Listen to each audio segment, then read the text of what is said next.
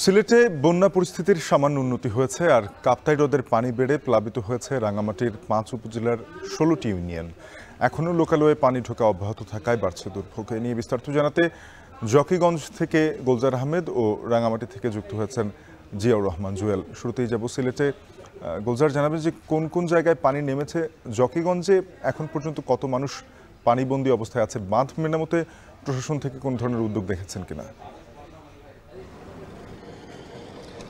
আচ্ছা দেখুন, আসলে গত ২-৩ দিন থেকে সিলেটের যে সীমান্তবর্তী এলাকাগুলো আছে, বিশেষ করে কানাইঘাট, কোম্পানিগঞ্জ এবং জকিগঞ্জ ও বিয়ানীবাজার, এই ৪টি উপজেলাতে কখনো পানি নামছে, আবার কখনো পানি কোনো কোনো এলাকায় বৃদ্ধি পাচ্ছে।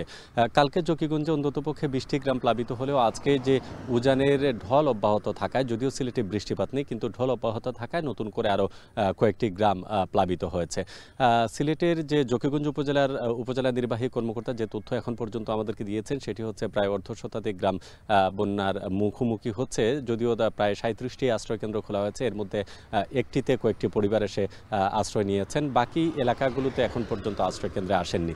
তবে বাজারের পানি, জকিগঞ্জ বাজারে গতকালকেও পানি ছিল, সেই পানি নেমেছে, কিন্তু শেওলা পয়েন্টে অর্থাৎ অমলসিদের যে খুশিয়ারা, সেখানে বিপদসীমার উপরে পানি থাকায় বিয়ানীবাজারের দিকে এই প্রভাবটা পড়েছে।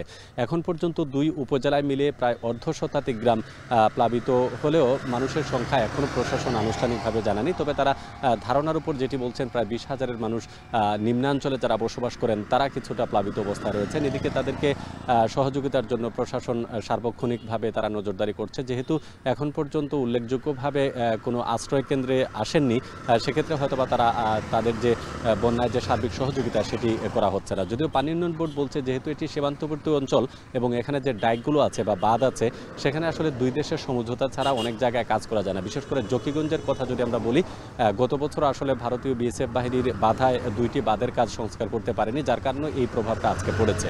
এবং পানি উন্নয়ন বোর্ড আমাদেরকে যে তথ্য দিয়েছে যে গতকালকে মেঘালয়ে প্রচুর বৃষ্টিপাত হয়েছে, সেই মেঘালয়ের পানিটাই ঢল অব্যাহত রয়েছে। এর জন্য সুরমার বরাক দিয়ে যে পানিটা আসে, সুরমা এবং কুশিয়ারাতে পানির চাপ কিছুটা রয়েছে।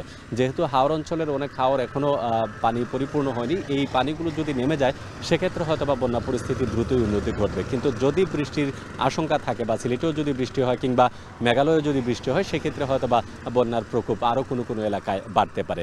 তো এই হচ্ছে এখনকার সার্বিক পরিস্থিতি। হয়তোবা পরবর্তী সংবাদে আপনাদেরকে এই ব্যাপারে আরও বিস্তারিত জানাতে পারবো। শাফিন, বেশিরভাগ নিম্নাঞ্চল প্লাবিত রাঙামাটিতে। জুয়েল, জানাবেন যে বাসিন্দাদের নিরাপদ আশ্রয় নিতে প্রশাসনের পক্ষ থেকে কোনো ধরনের উদ্যোগ নেওয়া হয়েছে কিনা, আজকের পরিস্থিতি কি? শাফিন, আপনি জানেন যে গত ২৮শে মে থেকে রাঙামাটিতে বৃষ্টিপাতের সূচনা হয়েছে এবং সেখানে ভারী, অতি ভারী এই ধরনের বৃষ্টিপাতের কারণে মূলত রাঙামাটিতে এই যে কাপ্তাই হ্রদ, এখানে পানি বৃদ্ধি পেয়েছে। একই সঙ্গে উজান থেকে নেমে আসা যে পাহাড়ি ঢল, সেই কারণেও আসলে বড় ভূমিকা রেখেছে এই পানি বৃদ্ধিতে।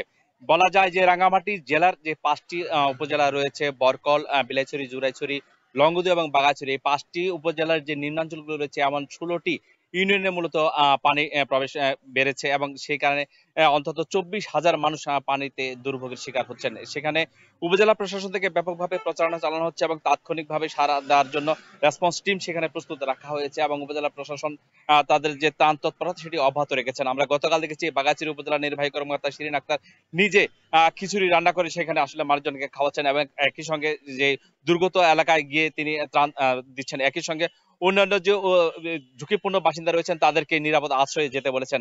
আমরা এখন পর্যন্ত জেলা প্রশাসনের কথা বলেছি, তারা যেটি বলেছেন যে ১,০০০ মানুষ অন্তত এই দুর্ভোগের শিকার যারা হয়েছেন, পাহাড় ধসের ঝুঁকির পরেই মূলত এই অবস্থাটি তৈরি হয়েছে এবং ১,০০০ মানুষ সেখানে আসলে আশ্রয় কেন্দ্রে রয়েছেন।